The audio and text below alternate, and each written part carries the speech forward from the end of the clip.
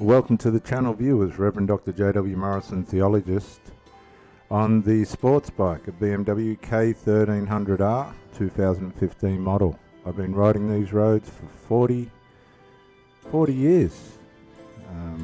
I've never needed to leave where I live. There's too many things to do. I don't know if you've noticed that yet or not, but I hope you enjoy this video and the teaching on relationships. Thank you for joining me, viewers.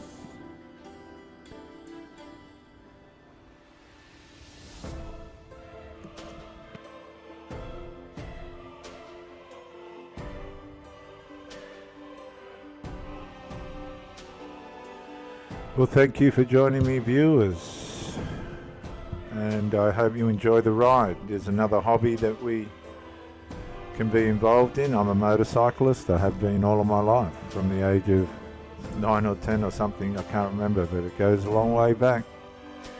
Psalm 42 verses 1 through 8. As the deer pants for streams of water, so my soul longs after you, O God. My soul thirsts for God, the living God. When shall I come and appear in God's presence? My tears have been my food, both day and night, while men ask me all day long, where is your God? These things come to mind as I pour out my soul. How I walked with the multitude, leading the procession to the house of God, with shouts of joy and praise.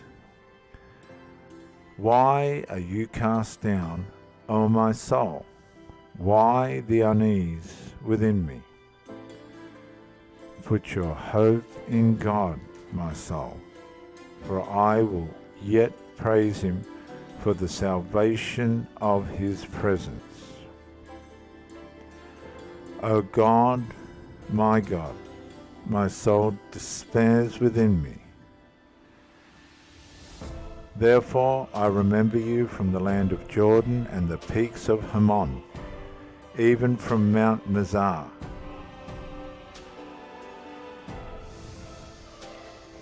Deep calls to deep in the roar of your waterfalls. All your breakers and waves have rolled over me. The Lord decrees his loving devotion by day, and at night his song is within me, as a prayer to the God of my life.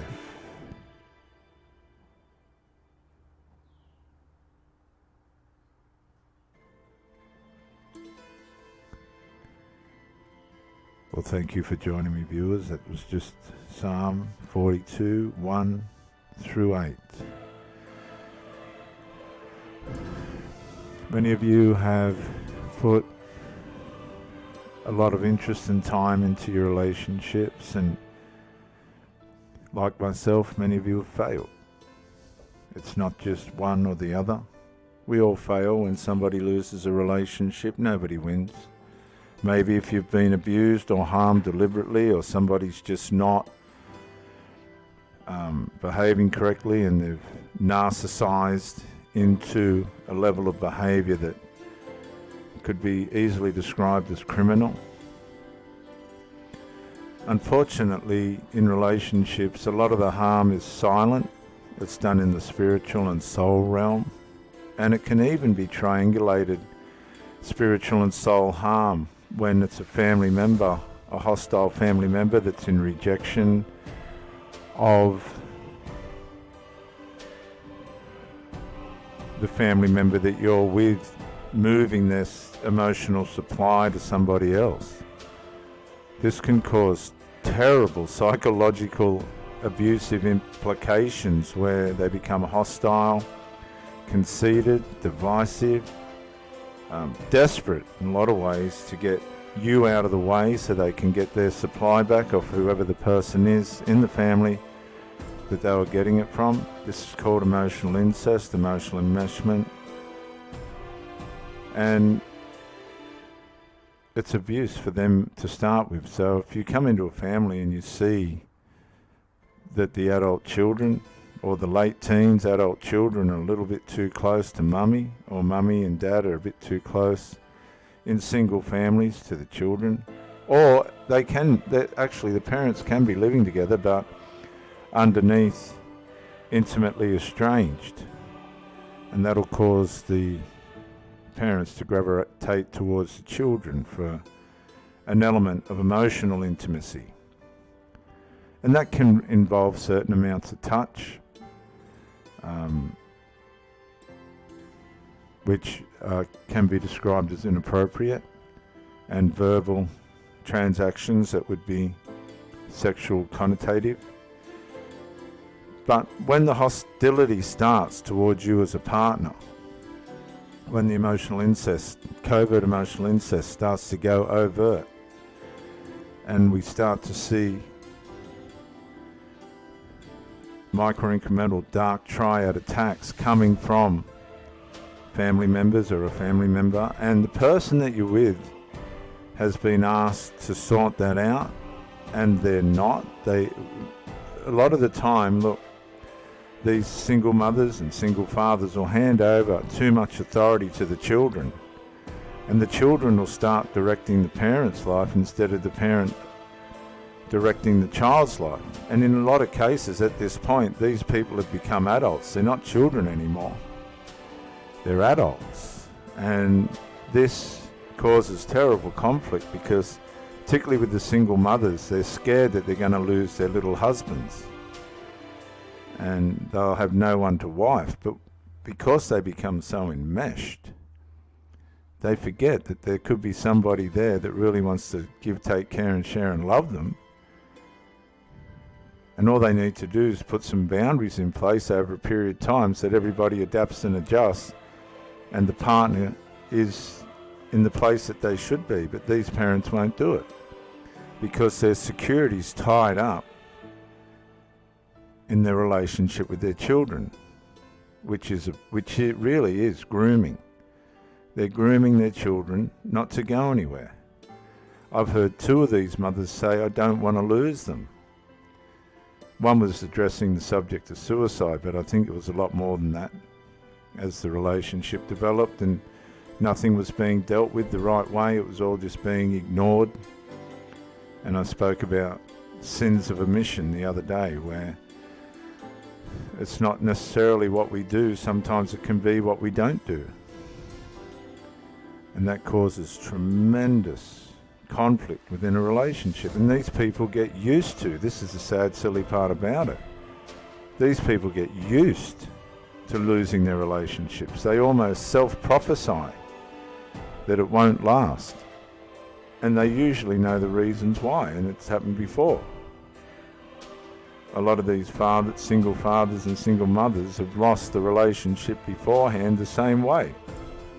And the one before that, and the one before that.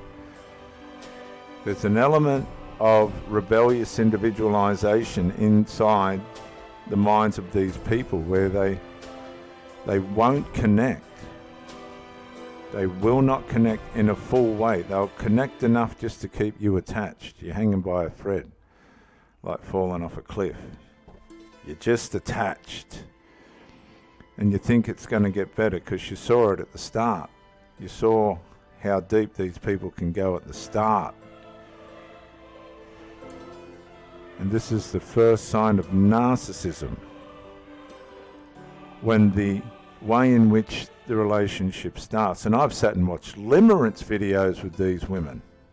Come and watch this video so that you don't fall into the love bomb trap. I don't even know these people. I'm just starting a relationship with them and we'll sit and watch. No, you can't change human nature. You can educate it. You can talk to it, but the fallen human nature cannot be rehabilitated. So if somebody is in narcissism, this is why they say to you, you have to go full no contact because they're not reformable. They won't hold. A lot of these people have come out of relationships where the partner that they've had couldn't have cared less, and that's why They learnt not to attach. That's why they learnt not to go too deep. And what happens then is the next person comes along who's been in relatively healthy relationships. I could say on my part, I wouldn't say they were all that healthy with all the characteristic flaws and things that go on, but there's all different levels of which people will accept in relationships. And I'm a little bit of a rebel when it comes to not accepting things that can be fixed and people not fixing them. No, as I've said before, I want to serve and I want to please. But when things are being ignored and just left at the expense of my mind, at the expense of my effort, at the expense of the strength that I'm putting into the person, no, I'm not going to play that game. I'm not playing that game for anyone. I don't care who it is. And that's why I am a bit of a rebel in that area, because some people think they can just put it over you. But no. Don't let people put it over you. Resolve the issues as you go. And you know if somebody's not resolving it, that person's not going to be right for you. They need somebody that's not going to resolve the issues for them as well. And hopefully one day, I mean, if you really haven't learned by the age of 50, 45, 50, 55, 60, you're never going to. And so therefore, at my age, I just haven't got time to be putting my strength and power into somebody that's can't even manage their children. I've had 3 or 4 of these people now, and they push you to the end.